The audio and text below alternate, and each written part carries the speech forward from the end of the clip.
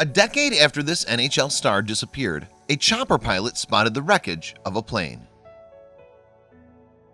It was summer 1951 in Ontario, Canada, and one of the nation's most celebrated ice hockey stars was heading home after a fishing adventure in the province's northern wilderness. But somewhere en route, his plane simply disappeared. For more than 10 years, the missing Bill Barilko's fate remained a mystery. And then a helicopter pilot, flying over the area where the star was last seen, spots something strange on the ground below. William Barilko, known as Bill, was born on March 25, 1927, to a family of Ukrainian extraction in Timmins, a small town in Ontario, Canada. At the time, the province was a prosperous area, with gold mines and attendant industries offering employment despite the Great Depression. However, life was not always easy for Barilko and his two siblings, brother Alex and sister Anne. This was due to the fact that Barilko's father had sadly died when the children were young, and his mother Faye struggled to raise them alone. And even though Barilko began playing ice hockey as a boy, nothing in his early efforts suggested that he would excel at the sport. In fact, he was initially assigned the role of goaltender, as his skating skills left a lot to be desired. However, standing around in goal did not appeal to the handsome young Barilko. Instead, he was changed to defense, and it was in that position that he began to shine. Turning out for his home Timmins Air Cadets team, he was soon earning praise from the local press. Later, as a teenager, Barilko found his way south to Los Angeles, California, where he played for the Hollywood Wolves side. Then in February 1947, something happened that would change Barilko's life for good. At just 19 years old, he was summoned to join a minor league club in Pittsburgh, which had strong affiliations to National Hockey League team, the Toronto Maple Leafs. And while Barilko was en route to join the Pennsylvania side, one of the Maple Leafs players suffered a debilitating injury. They say that one man's misfortune is another man's gain, and so it proved to be. Suddenly finding themselves a player down, the Maple Leafs called on Barilko, and the young Canadian skipped Pittsburgh and traveled up to Toronto. Once there, the defense player soon made himself at home in the big leagues, and for the next 5 seasons, Barilko helped his NHL team to glory on many occasions. He earned the nickname Bastion Bill because of his forthright playing style, and his attitude would prove to pay dividends. In fact, the Maple Leafs won the coveted Stanley Cup NHL playoff trophy 4 times with Barilko in defense. And the last time the side triumphed in this tournament, in 1951, was a particularly dramatic occasion. On April 21st, the championship had reached its 5th game, and the Maple Leafs were battling the Montreal Canadiens for the prestigious prize. That day, the game was in overtime when Barilko spectacularly scored a backhanded goal and won the Maple Leafs the Stanley Cup. To many, it would go down in history as one of the sport's greatest ever goals and make its scorer an ice hockey legend. And as both Maple Leafs fans and players celebrated defeating their arch rivals on the ice, Barilko was lauded as the hero of the hour. But unfortunately, the celebrated sportsman's euphoria was not to last. Sadly, Barilko's career was about to be cut tragically short.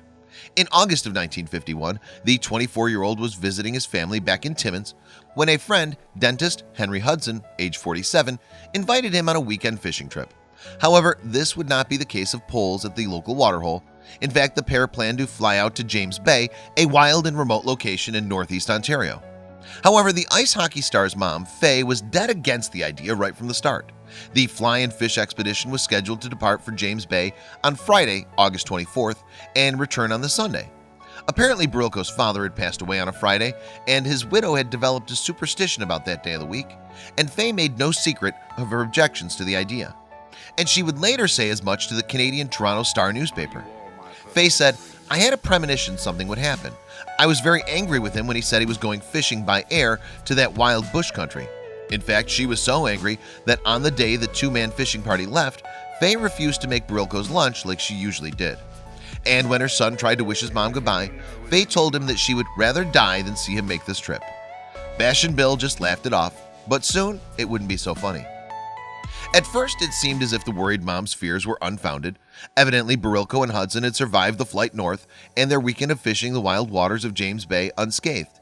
In fact, the pair were spotted on the Sunday refueling Hudson's Fairchild 24 at the trading outpost of Fort Rupert in preparation for the return journey. However, the pair never made it home.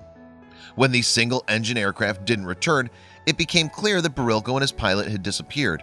The Royal Canadian Air Force swung into action. An extensive search of the Ontario and Quebec wilderness was launched, and at first the airmen looking for the missing duo were confident of a happy ending. Reportedly, Hudson had spent a number of years visiting James Bay and was said to know the area well. But as time passed, no trace of Bilko, Hudson, or the Fairchild 24 could be found. Eventually, after 4 days, the Toronto Star paid for Faye to fly to the remote region where her son had last been seen. According to the newspaper, the mom hoped that her presence might bring Barilko back, just as it had when she had attended his ice hockey fixtures to watch him play. But this was no game. By the time Faye touched down, a vast 78,000 square feet of James Bay wilderness had been searched, but alas, to no avail. Unwilling to give up, Canada's Air Force continued its efforts for another 2 months, finally racking up a bill of some $385,000, the equivalent of $3.7 million today. But despite all the hard work, there was still no sign of the missing man. And in absence of any solid answers to the hockey star's disappearance, wild rumors soon began to spread. According to some, Bashin Bill had abandoned his career in favor of a life of crime. To others, the part Ukrainian Barilko had turned traitor, teaching ice hockey secrets to Russian teams on the far side of the Iron Curtain. Nevertheless, for the next decade, the mystery refused to be solved. But while Barilko's fate remained unknown, the fortunes of the Maple Leafs suffered some severe blows. In fact, the Toronto NHL team failed to win the Stanley Cup for 11 years following their star player's performance. Had the side fallen victim to some strange curse? In April 1962, the Maple Leafs' run of bad luck was finally broken. That month, they defeated the Chicago Blackhawks and took home the Stanley Cup once more. Then, just weeks later, there was another breakthrough. A helicopter pilot named Ron Boyd had been flying over northeastern Ontario when he spotted something glinting in the trees below. On June 6, a recovery team hiked to the spot that Boyd had identified, some 45 miles from the Ontario town of Cochrane, between James Bay and Toronto. There they discovered Hudson's Fairchild 24, battered, broken, and partially buried in a swamp. Inside the downed aircraft, the search party found the grisly remains of 2 bodies.